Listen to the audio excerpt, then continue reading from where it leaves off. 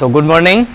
BSc first year के अंदर जो टॉपिक आपके स्टार्ट हो रहा है, हम टैक्सोनॉमी से स्टार्ट करेंगे। आपका पहली यूनिट है टैक्सोनॉमी। बात करें टैक्सोनॉमी की, क्योंकि जंतु या पादप चाहे कोई भी हो, हमें उनका पहचान, नामकरण और वर्गीकरण करने के लिए टैक्सोनॉमी जो विज्ञान की शाखा है, इसकी जानकारी होना बहुत ही आवश्यक है। आपके सेम फर्स्ट के अंदर जो पहली यूनिट है वो ही टैक्सोनॉमी है। अगर इसका जनरल इंट्रोडक्शन की बात करें तो टैक्सोनॉमी वर्ड एक वैज्ञानिक थे, A.P.D. कंडोले नामक वैज्ञानिक ने टैक्सोनॉमी वर्ड दिया।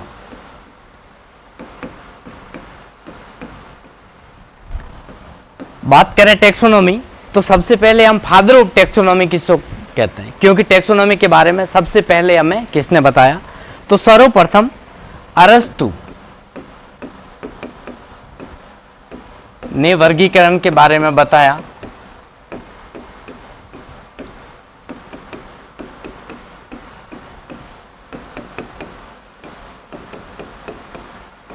इसलिए अरस्तु को फादर ऑफ टैक्सोनॉमी कहा जाता है।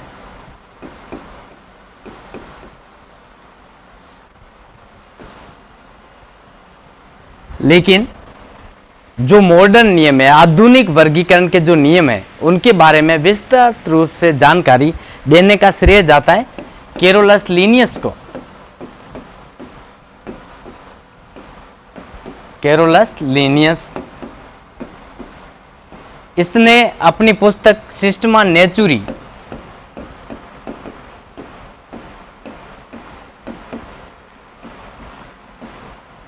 के अंदर वर्गीकरण के नियम दिए थे। इस वजह से इसको आधुनिक वर्गीकी का पिता कहा जाता है। इसको आधुनिक वर्गीकी या मॉडर्न टैक्सोनॉमी का फादर कहा जाता है।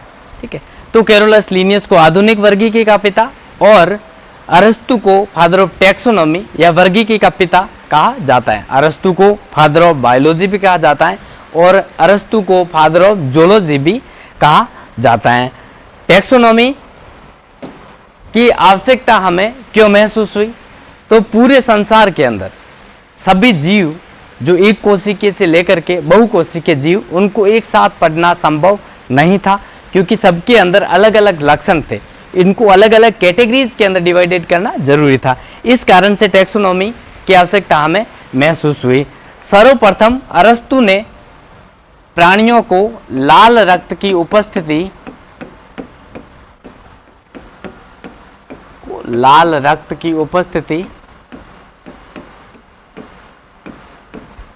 और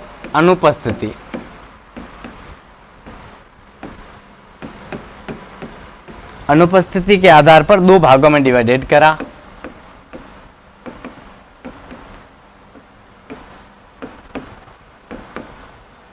के आधार पर दो भागों में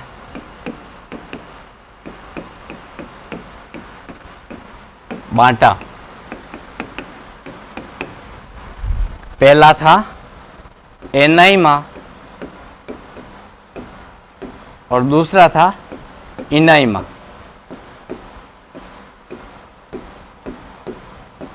अब एनाइमा के अंदर वे प्राणी रखे गए जिनके अंदर लाल रक्त अनुपस्थित था, यानी रेड ब्लड एब्सेंट।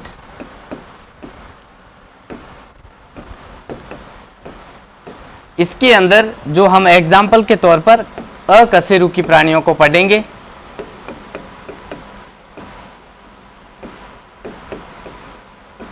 और इनाइमा के अंदर उन प्राणियों को रखा गया जिनके अंदर लाल रक्त उपस्थित था, तो रेड ब्लड प्रेजेंट।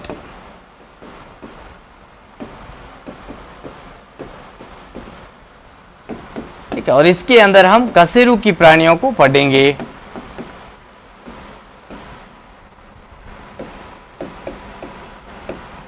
तो अरस्तु ने इस प्रकार का वर्गीकरण सर्वप्रथम दिया था। इस कारण ही अरस्तु को फादर ऑफ टैक्सोनॉमी कहा जाता है। इस दौरान अरस्तु ने एक पुस्तक लिखी जिसका नाम था हिस्टोरिया एनिमेलियम।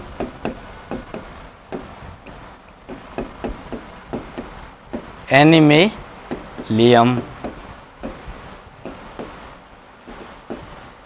इसके अंदर अरस्तु ने जंतुओं के बारे में बताया, जिसमें 4236 जातियों के बारे में लगभग इसने बताया था अरस्तु ने। बात करें नेक्स्ट, अब टैक्सोनॉमी का ये इतिहास की बात हुई। टैक्सोनॉमी के इतिहास के बाद अपन बात करें टैक्सोनॉमी के अंदर अपन पढ़ेंगे क्या क्या। तो टैक्सोनॉमी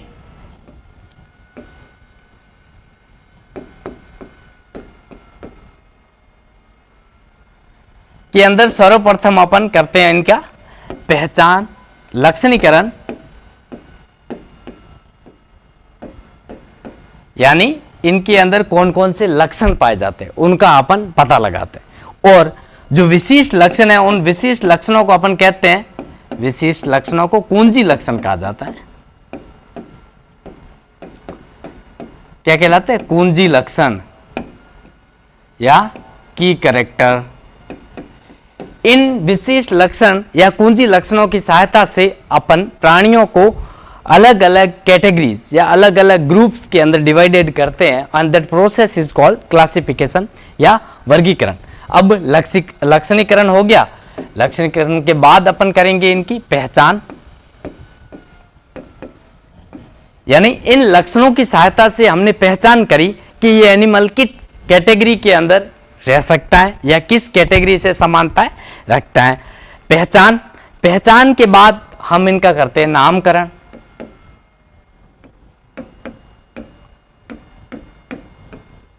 नामकरण यूनिवर्सल रूप या हम कहें पूरे विश्व के अंदर इनका एक सर्वमान्य नाम देने की जो पद्धति है उसको अपन नामकरण करते हैं। और नामकरण के अंदर अपन दो पद्धतियां पढ़ेंगे, एक द्विनाम पद्धति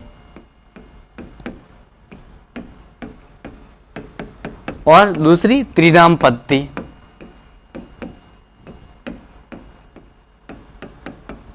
द्विनाम पद्धति दी थी कैरोलस लिनियस ने,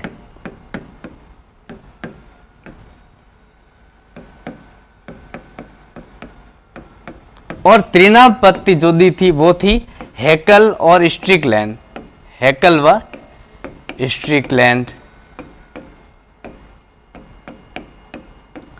इसके बारे में विस्तार से अपन आगे पढ़ेंगे। अब नामकरण हो गया, इनको एक यूनिक नेम दे दिया, एक विशिष्ट नाम दे दिया, जिसकी बदौलत पूरे वर्ल्ड के अंदर उस चीज को अपन पहचान सकते हैं। ठीक है, नामकरण के बाद अपन उनका करते हैं वर्गीकरण, मतलब अलग अलग कैटेगरीज के अंदर डिवाइडेड उन करते हैं। प्राणियों को उनकी समानताओं और असमानताओं के आधार पर अलग अलग समूहों के अंदर विभाजित करने की प्रक्रिया या प्रोसेस क्या कहलाता है? वर्गीकरण। तो जब भी अपन टैक्सोनॉमी की बात करेंगे तो टैक्सोनॉमी विज्ञान की वह शाखा जिसके अंदर अपन प्राणियों का लक्षणीकरण, उनकी पहचान, उनका नामकरण और वर्गीकरण कहते हैं, उसे वर्गीकी कहा जाता है। अब सर्वप्रथम बात आई यहाँ पर लक्षणीकरण। तो लक्षणीकरण अपन विशिष्ट लक्षण जो उनको अलग कैटेगरीज के अंदर रखने के लिए आवश्यक होते हैं उनको अपन कुंजी लक्षण कहते हैं, उन आधार पर करा। और उसके बाद इसकी करी पहचान, उन लक्षणों के आधार पर अपन ने उसको पहचाना कि ये कौन सा एनिमल है और इनको कहाँ रख सकते हैं। उसके बाद आता है नामकरण।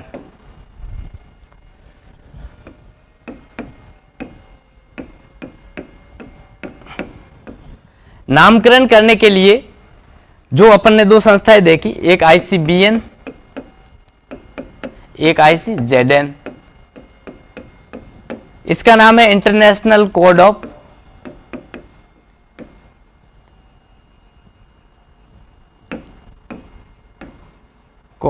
Botanical nomenclature.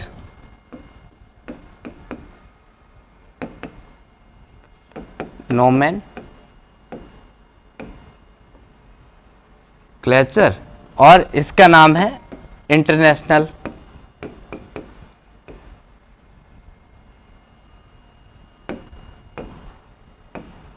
Code of zoological nomenclature.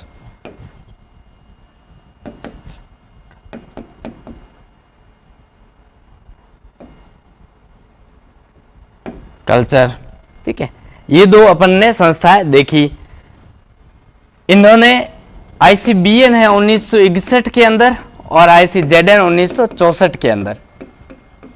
ये पादपों के नामों के वर्ग को लेकर थी संस्था और ये जंतुओं के नामों के वर्गीकरण को लेकर संस्था थी। सर्वप्रथम जो द्विनाम पद्धति थी उसके तहत नाम लिखे जाते थे। द्विनाम पद्धति के बारे में सर्वप्रथम जो वैज्ञानिक थे वो बताया था गॉस्पर्ड बहिन नामक वैज्ञानिक।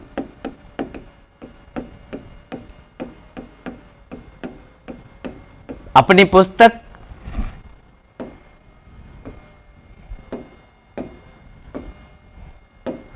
पिनोक्स में, ये आपने 11th-12th के अंदर पढ़ा होगा, लेकिन इसको पूरे विश्व के अंदर प्रचलित करने का जो श्रेय जाता है वो जाता है कैरोलस लीनियस को।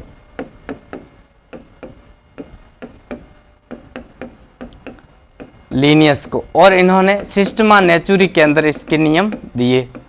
सिस्टमा नेचुरी, इनका नाम आप याद रखेंगे, 2 नंबर का क्वेश्चन आपको मिलते हैं एग्जाम के अंदर। तो सिस्टमा नेचुरी। अब द्विनाम पद्धति के अंदर नियम क्या थे? द्विनाम पद्धति के नियमों की बात करें,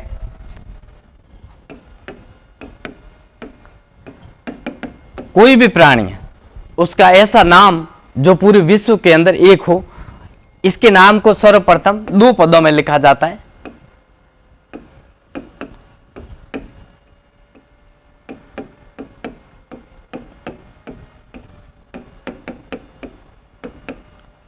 लिखा जाता है। सेकंड, पहला पद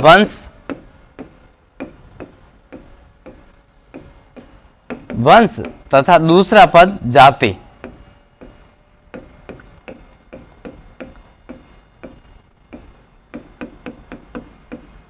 होता है। अब एग्जाम्पल के तौर पर यहां मैं लिखूं, जैसे मनुष्य का वैज्ञानिक नाम है होमो सेपियंस, और इसको अलग अलग अंडरलाइन करें। यहां पर जो पहला पद है ये इसके वंश को, यानी ये इसका वंश है, और दूसरा पद है जो इसकी जाति है, इसको रिप्रेजेंट कर रहा है, और 2 पदों के अंदर इसका नाम लिखा गया। ये अपना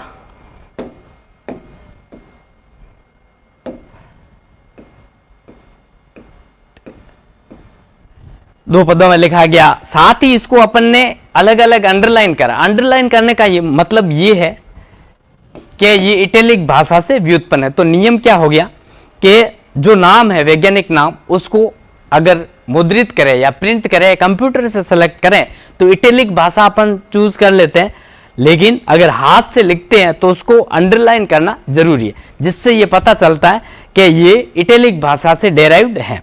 ठीक है, नेक्स्ट अंडरलाइन करते हैं इसको अपन।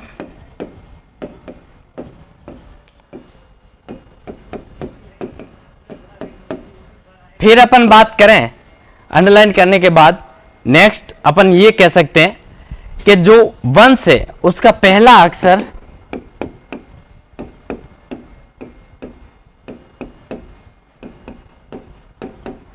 अंग्रेजी का कैपिटल लेटर का बड़ा अक्षर, जैसे यहां पर देख रहे हो अंग्रेजी का बड़ा अक्षर होगा, तथा जाति का पहला अक्षर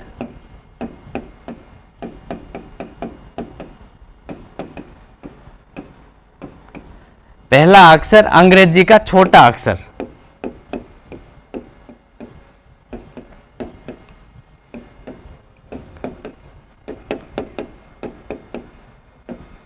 छोटा अक्षर होता है। अब ये कॉमन नियम है। इसके अलावा अपन ये देखेंगे, अगर इसके बाद एक ही जाति को अलग अलग वैज्ञानिकों ने खोजा, तो जिस वैज्ञानिक ने सर्वप्रथम इसकी खोज करी या नाम दिया, उसका नाम अपन इसके बाद लिखेंगे। जैसे माना कि लीनियस ने दिया, तो उसके वैज्ञानिक नाम के बाद उसका नाम लिख लिया जाएगा। एक ही वंश के अंदर पाए जाने वाली 2 जातियों के नाम एक समान नहीं हो सकते, और होते नहीं। वैज्ञानिक नाम इस तरीके से दिया जाता है। तो अब इस तरीके की यूनिवर्सल जो अपन कह रहे एक बाइनोमियल नोमेनकल्चर या द्विनाम पद्धति के सहायता से पूरे विश्व स्तर पर किसी भी वैज्ञानिक तरीके से जंतु को पढ़ना सरल हो गया, क्यों? क्योंकि अगर लोकली देखें, यहाँ पर मनुष्य को अपन हिंदी में मनुष्य बोलते हैं, इंग्लिश में ह्यूमन बोल सकते हैं, और जब अपन चाइना में जाएंगे तो कुछ और बोलेंगे, नेपाल के अंदर कुछ और। लेकिन अगर हम होमो सेपियंस कहेंगे तो एवरीवन कैन अंडरस्टैंड कि हम वहां पर मानव की बात कर रहे हैं। इस वजह से हमें द्विनाम पद्धति की आवश्यकता महसूस हुई और जरूरी थी। ये द्विनाम पद्धति के जो मुख्य नियम है वो यहाँ पर है। नेक्स्ट, द्विनाम पद्धति के बाद हमें ये देखने को मिला कि एक ही जाति के जीवों के अंदर कुछ विभिन्नताएं आने लग गई। मतलब जैसे भारत का मनुष्य अलग दिखाई देता है, नेपाल का अलग दिखाई देता है, चाइना का अलग दिखाई देता है, और अफ्रीका का अलग दिखाई देता है। अब जब एक ही जाति के जीवों के अंदर विभिन्नताएं आने लग जाती है तो वहां पर हमें आवश्यकता महसूस हुई एक और सब कैटेगरी की, उपजाति की। इस कारण से जो नाम है वो 3 पदों में लिखा जाने लगा। तो एक नई नामकरण पद्धति आई जिसका नाम था त्रिनाम पद्धति। त्रिनाम पद्धति के अंदर नाम 3 पदों में लिखा जाता था। 3 पदों में क्या? पहला वंश, फिर जाति और उपजाति। और त्रिनाम पद्धति दी किसने थी? स्ट्रिकलैंड व हैकल नामक वैज्ञानिक ने। हैकल नामक वैज्ञानिक ने त्रिनाम पद्धति दी। इसको भी जैसे मनुष्य का नाम अपन लिखे इसमें होमो सेपियंस, सेपियंस, तो यहां पर अलग अलग अंडरलाइन करते हैं। ये हो गया वंश, ये हो गई जाति, और ये हो गई उपजाति। मतलब जब एक ही जाति के जीवों के अंदर विभिन्नताएं आने लग जाती है तो उस दौरान उनको भी एक सब कैटेगरीज के अंदर डिवाइडेड कर दिया, और तब नामकरण पद्धति आई त्रिनाम पद्धति, जो स्ट्रिकलैंड व हैकल ने दी थी। और इसके अंदर ये नियम, बाकी वो के वही नियम फॉलो किए जाएंगे। अब अपन बात करें वर्गी की पदानुक्रम की। वर्गीकरण नेक्स्ट आया। वर्गीकरण, वर्गीकरण क्या है? तो अपन कहें जीवों के अंदर पाए जाने वाली समानताओं और असमानताओं के आधार पर, समानताओं व असमानताओं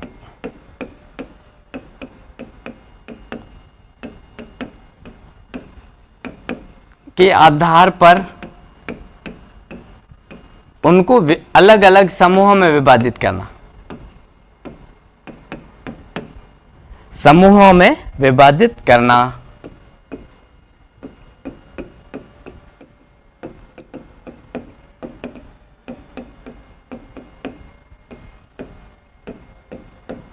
करना वर्गीकरण कहलाता है। अब वर्गीकरण के लिए अलग अलग टैक्सोनॉमिक कैटेगरीज या हम कहें वर्गी के पदानुक्रम जो पद हैं वो यूज किए गए। कॉमनली अपन 7 पद इसके अंदर वर्गीकरण हेतु यूज करते हैं। सबसे पहला इसके अंदर होता है जो अपन कहें वो होता है किंगडम, जो सबसे बड़ी वर्गीकरण की इकाई है, हिंदी में बोले तो जगत। उसके बाद होता है फाइलम या संघ। फाइलम के बाद आता है क्लास या वर्ग। क्लास के बाद आता है ऑर्डर या गण। इसके बाद आता है फैमिली, कुल। इसके बाद आता है जीनस, वंश, और लास्ट है स्पीसीज या जाति। तो वर्गीकरण के अंदर अपन 7 पदों को यूज करते हैं जो वर्गीकरण हेतु उपयोग में लाए जाते हैं। इन 7 पदों को अपन क्या बोलते हैं? वर्गीकी के पदानुक्रम या वर्गीकरण की श्रेणियां। तो वर्गीकरण श्रेणियां किसे कहते हैं? वर्गीकरण के अंदर प्रयुक्त होने वाले पदों को वर्गीकरण श्रेणियां कहते हैं सामूहिक रूप से। तो इनको सामूहिक रूप से अपन टैक्सा कहते हैं या वर्गीकरण श्रेणियां।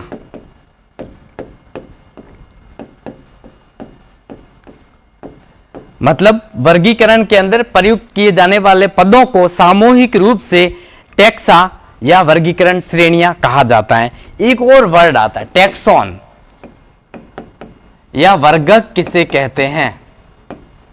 तो टैक्सॉन वर्गी की पदानुक्रम को एक निश्चित व्यवस्था के अंदर रखा, इसके एक प्रत्येक स्टेप या एक सिंगल पद को, जैसे अगर मैं बात करूं यहां पर तो इसको अपन गण है, लेकिन अगर स्पेसिफिकली एक पद को अगर बात करेंगे तो वर्गीकी पदानुक्रम के एक पद को अपन कहेंगे टैक्सोन या वर्गक। तो आपके सामने दो पद आए, एक टैक्सोन या वर्गक किसे कहते हैं, तो वर्गक की बात करेंगे, वर्गीकी पदानुक्रम के किसी एक इकाई या एक पद को अपन टैक्सोन या वर्गक कहेंगे, और इनको सामूहिक रूप से अपन टैक्सा या वर्गीकरण श्रेणियां कहेंगे। और इस लिखने की प्रक्रिया या एक व्यवस्था जो है, जिनको एक सिस्टम में पूरा व्यवस्थित तरीके से लिखने की व्यवस्था को अपन क्या कहेंगे, वर्गीकी पदानुक्रम या टैक्सोनॉमिक हायरार्की। बात करें मनुष्य की क्लासिफिकेशन की, जैसे तो यहां पर अपन देखें सबसे पहले किंगडम मनुष्य के अंदर या जगत, जंतु जगत, फिर फाइलम, संघ, कोऑर्डेटा, फिर फाइलम के बाद क्लास, वर्ग, मैमेलिया, क्लास के बाद ऑर्डर, गण, प्राइमेट्स,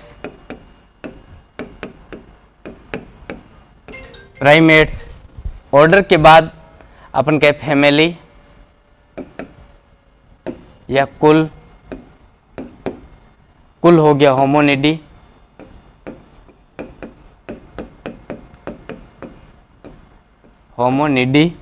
उसके बाद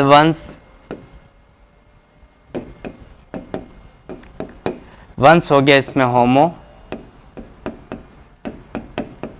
और फिर स्पीसीज जाति, और जाति हो गई सेपियंस। तो इस तरीके से अपन वर्गीकरण करते हैं 1 2 3 4 5 6 और 7।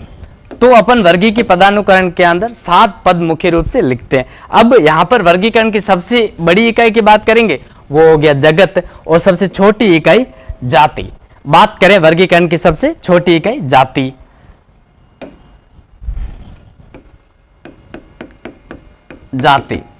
जाति की बात करें तो ये सबसे छोटी इकाई है।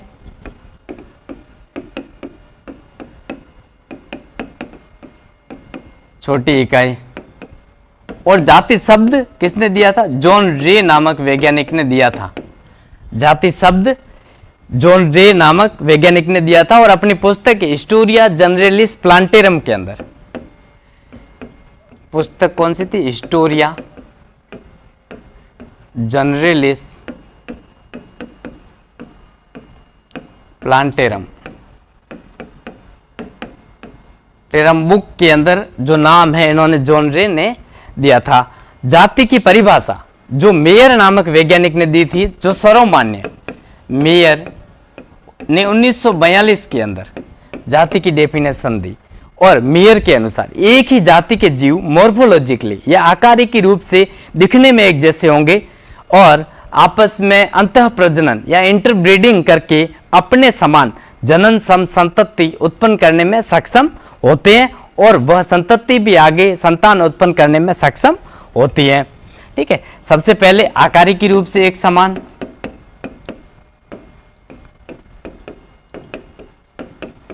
से समान। नेक्स्ट दूसरी अपन बात करें, अंतः प्रजनन कर सकते हैं।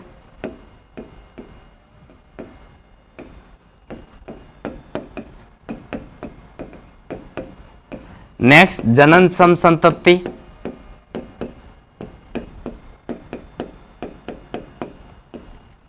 नेक्स्ट इनके दूसरी जाति के जो जीव है उनके बीच में रिप्रोडक्टिव आइसोलेशन या जननिक अवरोध पाया जाएगा। मतलब ये है कि एक ही जाति के जो जीव होते हैं वो ही आपस में अंतः प्रजनन कर सकते हैं।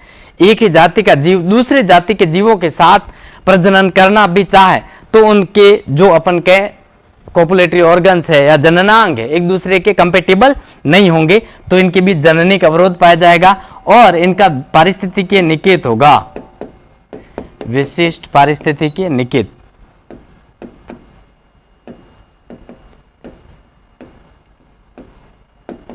निकेत होता है, ठीक है। तो एक जाति की जब भी आप परिभाषा लिखेंगे ये सब जरूर लिखें कि आकारिक रूप से या दिखने में एक समान हो, आपस में अंतः प्रजनन करने में सक्षम हो तथा उनकी संतति जनन करने में सक्षम हो, उनके बीच एक ही जाति के जीव है, दूसरी जाति के जीवों के मध्य इनमें जननिक अवरोध दूसरी जाति के जीवों के मध्य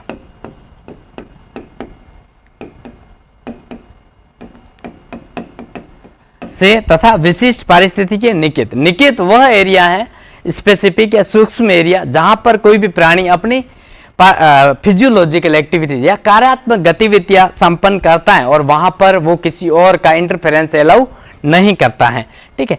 तो एक जाति की जब भी अपन परिभाषा देखेंगे तो जाति के अंदर ये सभी चीजें आप लोगों को आनी चाहिए। अब अगर अपन बात करें कि जाति किसे कहते हैं तो ये हो गया वंश।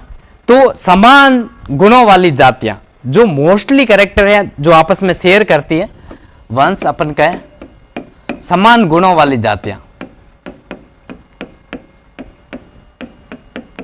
गुणों वाली जातियां जो कुछ लक्षण शेयर करती हैं, कुछ लक्षण शेयर करती हैं, एक वंश में रखी जाती है, जैसे शेर,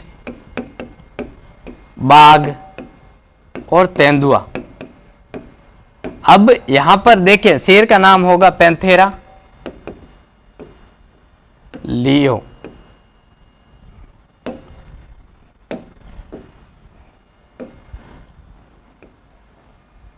लियो। बाघ का नाम है पैंथेरा टाइग्रिस,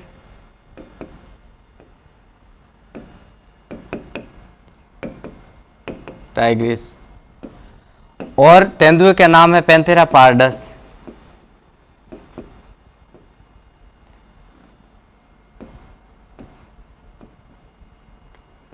अब यहां पर अपन ने देखा कि इनका वंश सबका एक है, मतलब पैंथेरा, और जातियां अलग अलग है, लेकिन ये सभी कार्निवोरस है यानी मांसाहारी प्राणी है और कुछ कैरेक्टर शेयर करते हैं, इसलिए अपन ने इनको एक वंश के अंदर रखा।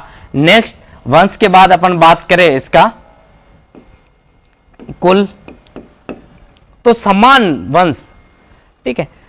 समान वंश जो कुछ लक्षण, समान लक्षणों वाले वंश एक सामूहिक रूप से एक कुल में रखे जाते हैं और समान लक्षणों वाले कुल एक गण में रखे जाते हैं और समान लक्षणों वाले गण एक वर्ग के अंदर रखे जाते हैं और समान लक्षणों वाले वर्ग एक संघ में रखे जाते हैं। तो इस तरीके से अपन इनकी डेफिनेशन है सिंपल रूप से समझ सकते हैं। तो टैक्सोनॉमी का जो इंट्रोडक्शन है आपका यहीं अपन समाप्त करेंगे। आगे वाला चैप्टर नेक्स्ट के अंदर लेंगे। नेक्स्ट अपन देखते हैं वर्गीकरण। जो वर्गीकरण के अंदर अपन ने देखा, अब इनको अलग अलग कैटेगरीज में डिवाइडेड कर लिया, फिर अपन देखेंगे वर्गीकरण पद्धतियां। Thank you.